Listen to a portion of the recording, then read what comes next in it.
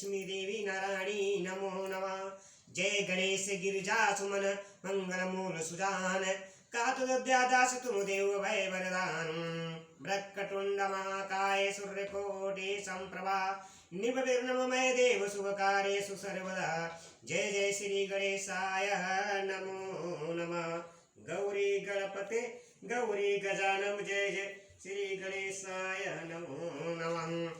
कंठे यस्य विराजिते ही गरलम गंगा जलम मस्तके वामे यज्ञ गिरिराज राज तनेजा भवानी पतिं नंदी स्कंद गणिराज सहित श्री विश्वनाथ प्रभु काशी मंदिर स्थितो खिली प्रूदेत सदा मंगलम कपूर गौरम करुवम तारम संसार सारम भुजगेंद्रहारम सदा वसंतम हिदारविंदे भवम भवानी सहितम नमामि।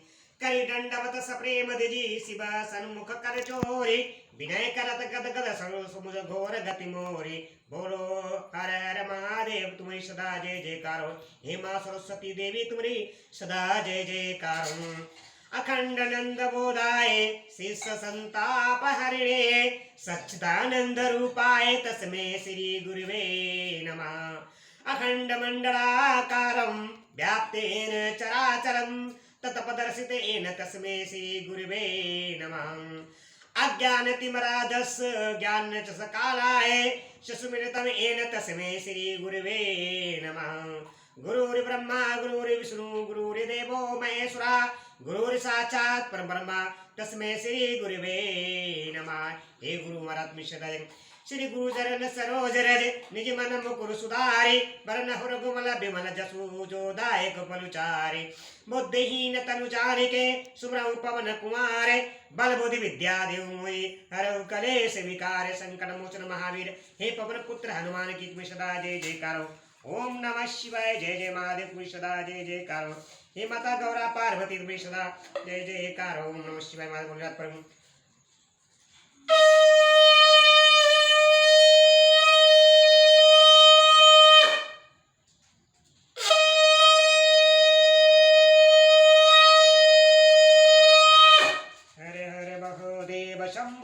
अविनाशिनी मंगलकारी नमोस्तुते तुम्हारी सदा जय जयकारो। ओम नमः शिवाय ओम नमः शिवाय जय नमः शिवाय जय नमः शिवाय। ओम नमः शिवाय जय नमः शिवाय जय महादेव शिव नमः शिवाय। मैं यूट्यूब चैनल के माध्यम भक्तजनों आपको सबको सीताराम सीताराम बोलो। राधे कृष्ण कृष्ण कृष्ण हरे हरे हरे राम राम राम हरे हरे। मेरी यूट्यूब चैनल के माध्यम से बहुत सारी सी पुराण कथाएं चल रही है भक्तजनों, और मेरा चैनल सब्सक्राइब करें, लाइक करें, कमेंट करें और शेयर करें, ज़्यादा से ज़्यादा शेयर करें। बोलो हर नाथ सदा जनों।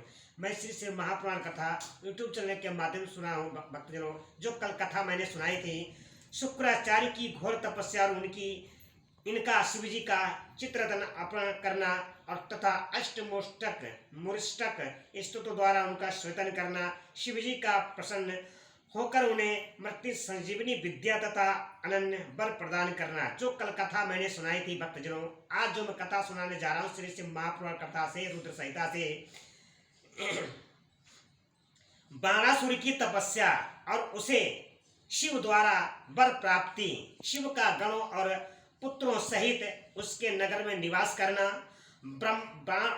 बाणापुत्र उषा का रात के समय स्वप्न में अनुरुद्ध के साथ मिलन, चित्रलेखा द्वारा अनुरुद्ध का द्वारका से अपहरण, बाण का अनिरुद्ध को नागफास में बांधना, दुर्गा के स्तवन से अनिरुद्ध का बंधन मुक्त होना, नारद द्वारा समाचार पाकर श्री कृष्ण की शोणितपुर पर चढ़ाई, शिव के साथ उनका घोर युद्ध, शिव की आज्ञा से श्री कृष्ण ने धर्मास्त्र से मोहित करके बाण की सेना का सार करना। जो इस कथा को सावन के मास महीने में सुनेगा और इसको शेयर करेगा, लाइक करेगा, कमेंट करेगा, माता गौरा पार्वती भोलेनाथ आप सब पर सदा कृपा बना रखेंगे और घर में सुख शांति समृद्धि मिलेगी। बोलो हर हर। जो मेरा यूट्यूब चैनल पहली बार देखे सब्सक्राइब करे और लाइक करे, कमेंट करे। बोलो हर हर महादेव तुम्हें सदा जय जयकार हो। व्यास जी बोले सर्वज्ञ सनत कुमार जी, आपने अनुग्रह करके प्रेम पूर्वक ऐसी अद्भुत और सुंदर कथा सुनाई है जो शंकर की कृपा से ओतप्रोत है। अब मुझे शशि मौली के उस उत्तम चरित्र का श्रवण करने की इच्छा है जिसमें उन्होंने प्रसन्न होकर बाणासुर को गणाध्यक्ष पद प्रदान किया था। सनत कुमार जी ने कहा कि व्यास जी, परमात्मा शंभु की उस कथा को जिसमें उन्होंने प्रसन्न होकर बाणासुर को गणनायक बनाया था, आदर पूर्वक श्रवण करो। इसी प्रसंग में महाप्रभु शंकर का वह सुंदर चरित्र भी आएगा जिसमें उन्होंने बाणासुर पर अनुग्रह करके श्री कृष्ण के साथ संग्राम किया था। व्यास जी दक्ष प्रताप किया था। व्यास जी दक्ष प्रजापति की 13 कन्याएं कश्यप मुनि की पत्नियां थीं। वे सबकी सब पतिव्रता तथा सुशीला थीं। उनमें दीप्ति सबसे बड़ी थी, जिसके लड़के दैत्य कहलाते हैं। अन्य पत्नियों से भी देवता तथा और चराचर सहित समस्त प्राणी पुत्र रूप से उत्पन्न हुए थे। ज्येष्ठ पत्नी दिति के गर्भ से सर्वप्रथम 2 महाबली पुत्र पैदा हुए। उनमें हिरण्याकश्यप ज्येष्ठ था और उसके छोटे भाई का नाम हिरण्याक्ष था। हिरण्याकश्यप के 4 पुत्र हुए। उन दैत्य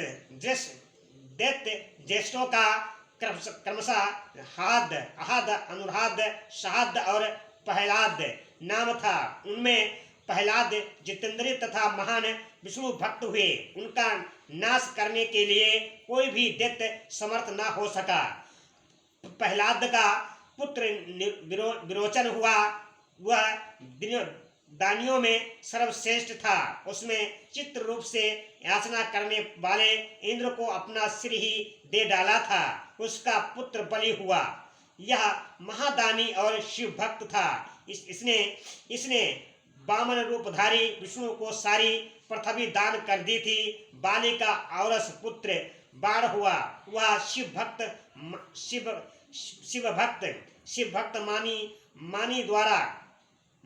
मानी उदार बुद्धिमान सत्य प्रतिज्ञ और शास्त्रों का दान करने वाला था। उस असुरराज ने पूर्व काल में त्रिलोकी को तथा और त्रिलोकाधिपतियों को बलपूर्वक जीतकर शोणितपुर में अपनी राजधानी बनाया और वहीं रहकर राज करने लगा। उस समय देवगण शंकर की कृपा से उस शिव भक्त बाणासुर के किकर के समान हो गए थे। उसके राज्य में देवताओं के अतिरिक्त और कोई भी प्रजा दुखी नहीं थी। शंभु शत्रु धर्म का बर्ताव करने वाले देवता शत्रुता वश ही कष्ट झेल रहे थे। एक समय वह महासुर अपनी शास्त्रों भुजाओं से ताली बजाता हुआ तांडव नृत्य करके महेश्वर शिव को प्रसन्न करने की चेष्टा करने लगा। उसके उस नृत्य से भक्तवत्सल शंकर संतुष्ट हो गए। फिर उन्होंने परम प्रसन्न हो उसकी ओर कृपा दृष्टि से देखा।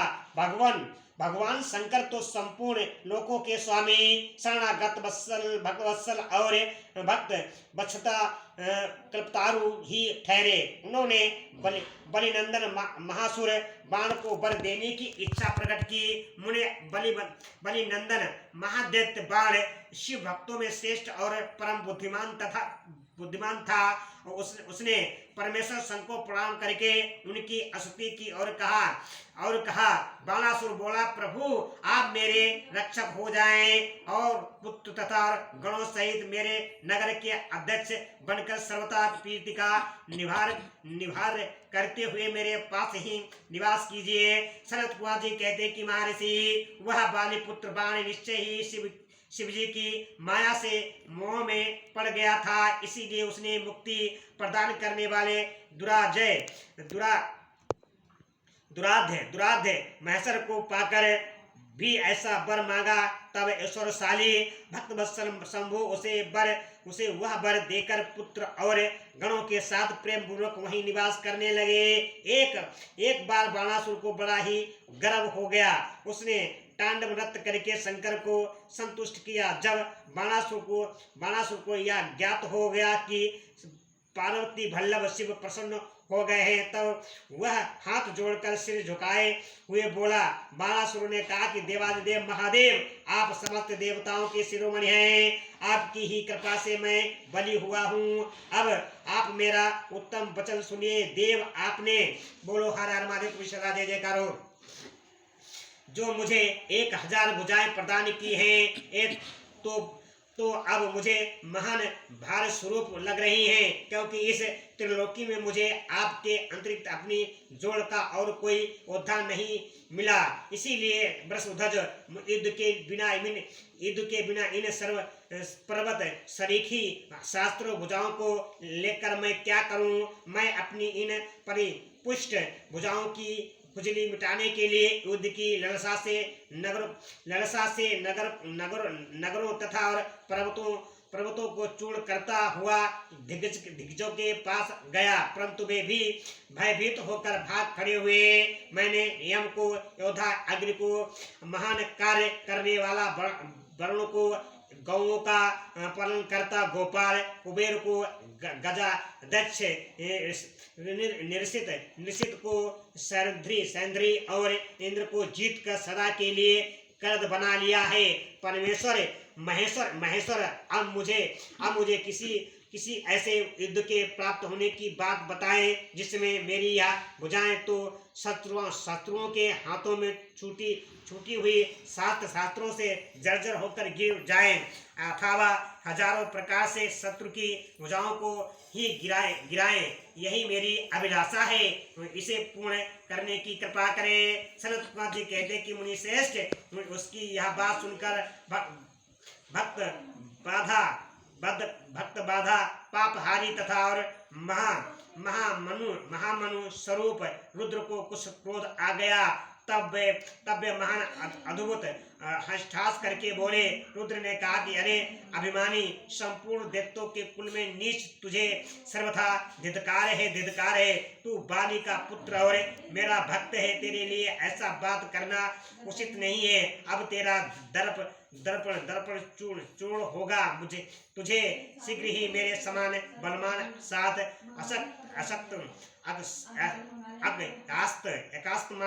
एकास्तमात महान भीषण युद्ध प्राप्त होगा। उस संग्राम में तेरी भी पर्वत सरीखी भुजाएं जालौनी और लकड़ी की तरह शास्त्रों से छिन्न भिन्न होकर भूमि पर गिरेंगी। दुष्ट मन तेरे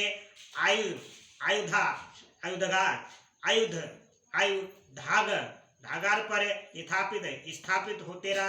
तेरा जो या मनुष्य के सिर वाला मयूरध्वज फहरा रहा है, इसका जब वायु भय के बिना ही पतन हो जाएगा, तब तू अपने चित्त में समझ लेना कि वह महान भयानक युद्ध आ पहुंचा है। उस समय तू घोर संग्राम का निश्चय करके अपनी सारी सेना के साथ वहां जाना, और इस समय तू अपने महल को लौट जा, क्योंकि इसी में तेरा कल्याण है। दुर्मते या वहां तुझे प्रसिद्ध बड़े बड़े उत्पाद दिखाई देंगे। यूं कहकर गर्वहारी भक्तवत्सल भगवान शंकर चुप हो गए। संत कुमार जी कहते कि मुने यह सुनकर बाणासुर ने दिव्य पुष्पों की कलियों से अंजलि भरकर रुद्र की भर रचना की, और फिर उन महादेव को प्रणाम करके वह अपने घर को लौट गया। तदंतर किसी समय देववश उसका वह ध्वज अपने आप टूटकर गिर गया। यह देखकर बाणासुर हर्षित हो युद्ध के लिए उद्युक्त हो गया। वह अपने हृदय में विचार करने लगा कि कौन सा युद्ध प्रेमी योद्धा किस दिशा में आएगा, जो नाना प्रकार के शास्त्रों का परागामी विद्वान होगा और मेरी शास्त्र भुजाओं की ईंधन की तरह काट डालेगा, तथा मैं भी अपने अत्यंत तीखे शास्त्रों से उसके सैकड़ों टुकड़े कर डालूंगा। इसी समय शंकर की प्रेरणा से वह काल आ गया। एक दिन बाणासुर की कन्या उषा वैशाख मास में माधव की पूजा करके मंगलिक संग्राम से सुयोजित हो रात के समय अपने गुप्त अतःपुर में सो रही थी। उसी समय वहाँ स्त्री भाव काम भाव प्राप्त हो गई। तब देवी पार्वती की शक्ति से उषा को स्वप्न में श्री कृष्ण के पुत्र अनिरुद्ध का मिलन प्राप्त हुआ। जागने पर वह व्याकुल हो गई और उसने अपनी सखी चित्रलेखा से स्वप्न में मिले हुए उस पुरुष को ला देने के लिए कहा। तब चित्रलेखा ने कहा कि देवी, तुमने स्वप्न में जिस पुरुष को देखा है उसे भला मैं कैसे ला सकती हूँ, जबकि मैं उसे जानती ही नहीं। उसके यों कहने पर दत्त कन्या उषा प्रेमानंद होकर मरने पर उतारू हो गई। तब उस दिन उसकी उस सखी ने उसे बचाया। मुनि श्रेष्ठ के कुम्हांड की पुत्री चित्रलेखा बड़ी बुद्धिमती थी। वह बाणा तन्या उषा से पुनः बोली। चित्रलेखा ने कहा कि सखी, जिस पुरुष ने तुम्हारे मन का अपहरण किया है उसे बताओ तो सही या यदि त्रिलोकी में कहीं भी होगा मैं उसे लाऊंगी और तुम्हारा कष्ट दूर करूंगी। सनत कुमार जी कहते कि महर्षि यूं कहकर चित्रलेखा ने वस्त्र के पर्दे पर देवताओं, दैत्यों, दानवों, गंधर्वों, सिद्धों, नागों और यक्ष आदि के चित्र अंकित किए। फिर वह मनुष्यों का चित्र बनाने लगी। उनमें वृषवंशियों का प्रकार आरंभ होने पर उसने सूर्य, वासुदेव, राम, कृष्ण और नर श्रेष्ठ प्रमुद का चित्र बनाया। फिर जब उसने प्रभुनंदन अनिरुद्ध का चित्र खींचा तब उसे देखकर उषा लज्जित हो गई। उनका मुख अनवंत हो गया और हृदय हर्ष से परिपूर्ण हो गया। उषा ने कहा कि सखी, रात में जो मेरे पास आया था और जिसने शीघ्र ही मेरे चित्ररूपी रत्न को चुरा लिया है, वह चोर पुरुष यही है। तदंतर उषा के अनुरोध करने पर चित्रलेखा ज्येष्ठ कृष्ण चतुर्दशी को तीसरे पहर द्वारकापुरी पहुंचकर क्षण मात्र से ही पलंग पर बैठे हुए अनिरुद्ध को महल से उठा लाई। यह दिव्य योगिनी थी। उषा अपने प्रियतम को पाकर प्रसन्न हो गई। इधर अनंतापुर के द्वार की रक्षा करने वाले वेदधारी पहरेदारों ने चेष्टाओं से तथा और अनुमान से इस बात को लक्ष्य कर लिया कि उन्होंने एक दिव्य शरीरधारी, दर्शनीय, साहसी तथा और समर प्रिय नवयुवक को कन्या के पास दूसरी लता का आचरण करते हुए देख भी लिया। उसे देखकर कन्या के अतापुर की रक्षा करने वाले उन महाबली पुरुषों ने बालीपुत्र बाणासुर के पास जाकर सारी बातें निवेदन करते हुए कहा कि द्वारपाल बोले, देव, पता नहीं आपके अनंतपुर के बलपूर्वक प्रवेश करके कौन पुरुष छिपा हुआ है। वह इंद्र तो नहीं है जो भेष बदलकर आपकी कन्या का उपभोग कर रहा है। महाबाहु दानवराज, उसे यहाँ देखिए और जैसा उचित समझे वैसा कीजिए। इसमें हम लोगों का कोई दोष नहीं है। सनत कुमार जी कहते हैं, मुनि श्रेष्ठ, द्वारपालों का वह वचन तथा और कन्याओं के दूषित होने का कथन सुनकर महाबली दानवराज बाण आश्चर्यचकित हो गया। तदंतर वह कुपित होकर अनंतपुर जा पहुंचा। वहां पहुंच उसने प्रथम अवस्था में वर्तमान दिव्य शरीरधारी अनिरुद्ध को देखा। उसे महान आश्चर्य हुआ। फिर उसने कहा कि बल देखने के लिए 10,000 सैनिकों को भेजकर, बोलो हर हर महादेव, सदा जय जयकार हो, भेजकर आज्ञा दे कि इसे मार डालो। सेना ने अनिरुद्ध पर आक्रमण किया। तब अनिरुद्ध ने बात में 10,000 सैनिकों को काल के हवाले कर दिया। फिर वह असंख्य सेना पर सेना अपने आने लगी और अनिरुद्ध उन्हें काल का ग्रास बनाने लगे। तदंतर उन्होंने बाणासुर का वध करने के लिए एक शक्ति हाथ में ली जो कलाग्नि के समान भयंकर थी। फिर उसी से रथ की रथ की बैठक में बैठे हुए बाणासुर पर प्रहार किया। उसकी गहरी चोट खाकर वीरवर बाण उसी क्षण घोड़ों सहित वहीं अंतर्धान हो गया। फिर महावीर बाली पुत्र बाणासुर ने जो महान बाल संपन्न तथा शिव भक्त तथा छल पूर्वक नागफास में अनिरुद्ध को बांध लिया, इसी प्रकार उन्हें बांध कर और पिंजरे में कैद करके वह युद्ध में उपराम हो गया। तत्पश्चात बाण कुपित होकर महाबली सूतपुत्र से बोला। बाणासुर ने कहा कि सूतपुत्र, घास फूस से ढके हुए अगाध कुएं में ढकेल कर इसी पापी को मार डाल। अधिक क्या कहूँ, उसे सर्वथा मार ही डालना चाहिए। सनत कुमार जी कहते कि मुनि उसकी यह बात सुनकर उत्तम मंत्रियों में श्रेष्ठ धर्म बुद्धि निशाचर कुमांड ने बाणासुर से कहा। कुमांड बोला कि देव, थोड़ा विचार तो कीजिए। मेरे समझ से तो यह कर्म करना उचित नहीं है प्रतीत होता है, क्योंकि इसके मारे जाने पर अपना आत्मा ही आहत हो जाएगा। पराक्रम में तो यह विष्णु के समान दिख रहा है। जान पड़ता है आप पर कुपित होकर चंद्रचूड़ ने अपने उत्तम तेज से इसे बढ़ा दिया है। माँ साहस में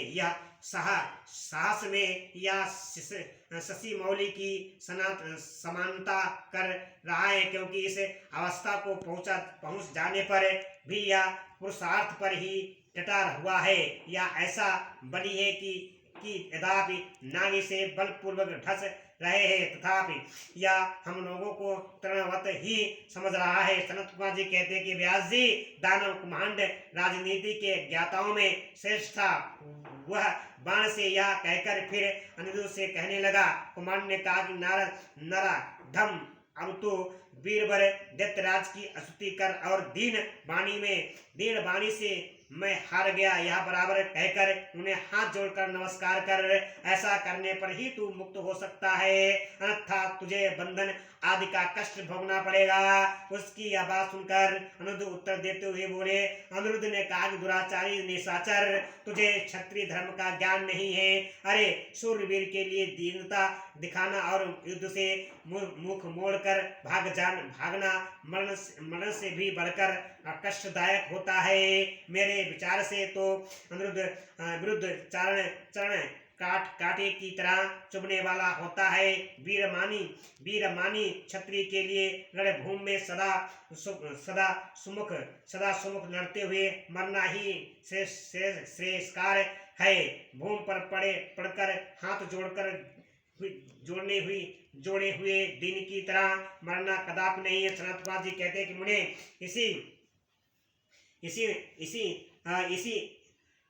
इसी प्रकार अनिरुद्ध ने बहुत सी वीरता की बातें कही जिन्होंने सुनकर बाणासुर को महान विस्मय हुआ और उसे क्रोध भी आया। उस समय समस्त वीरों के अनिरुद्ध के और मंत्री कुमांड के सुनते बाणासुर के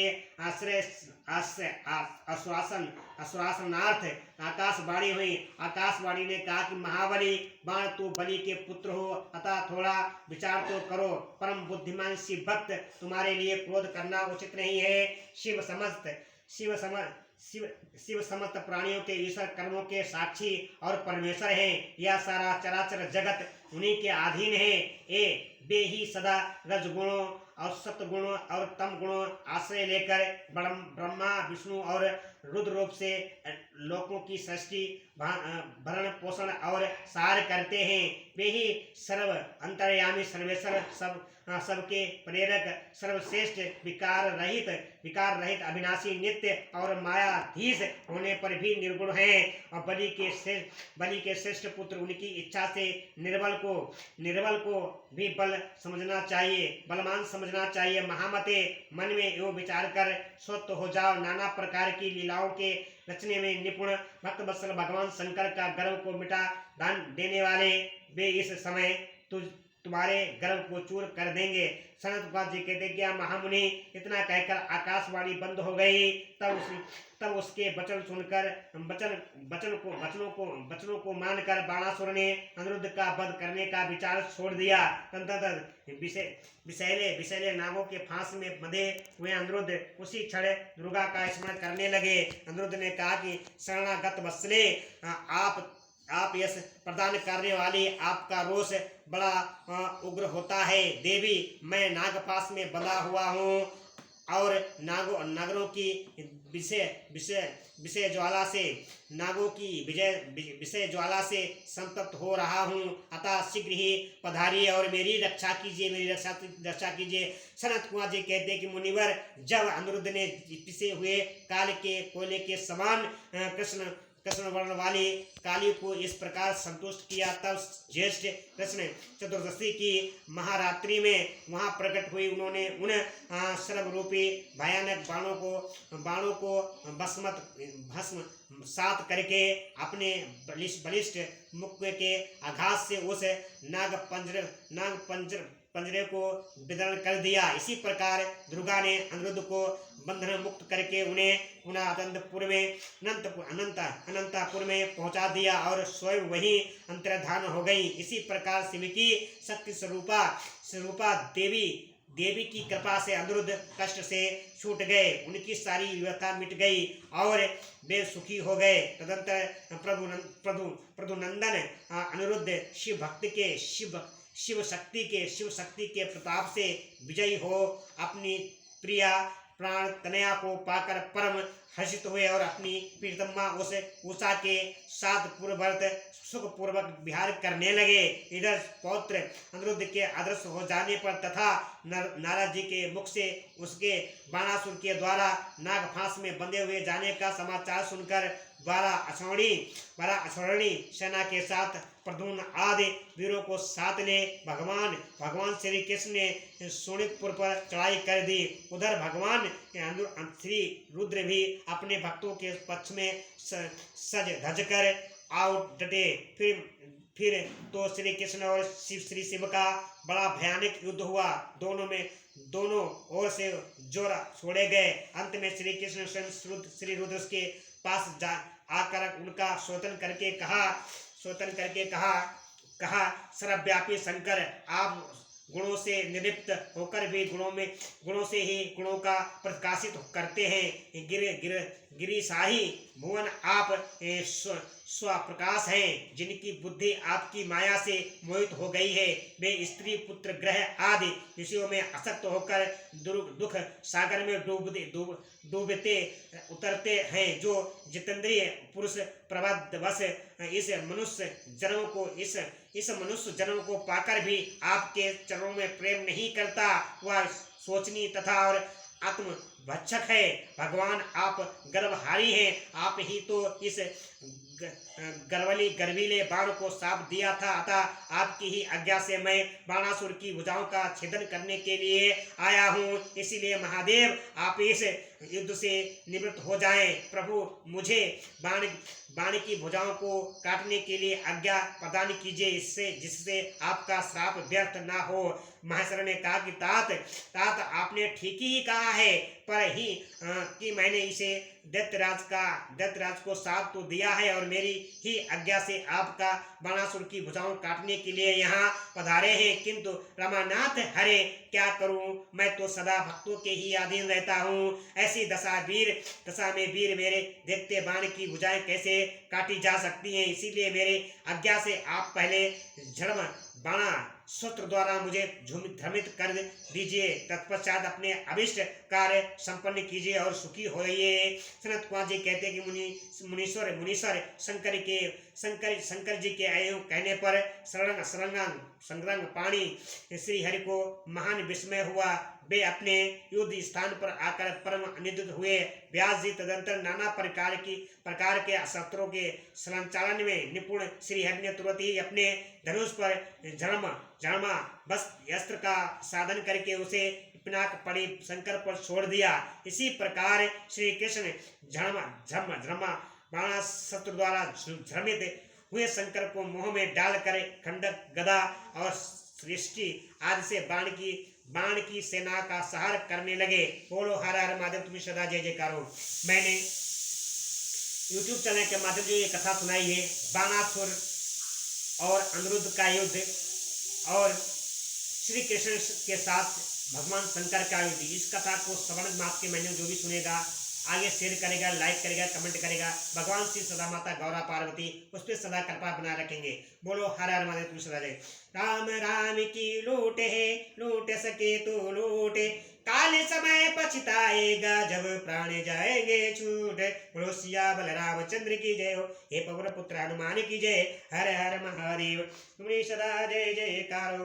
ओम नमः शिवाय, जय नमः शिवाय, जय महादेव शिव नमः शिवाय।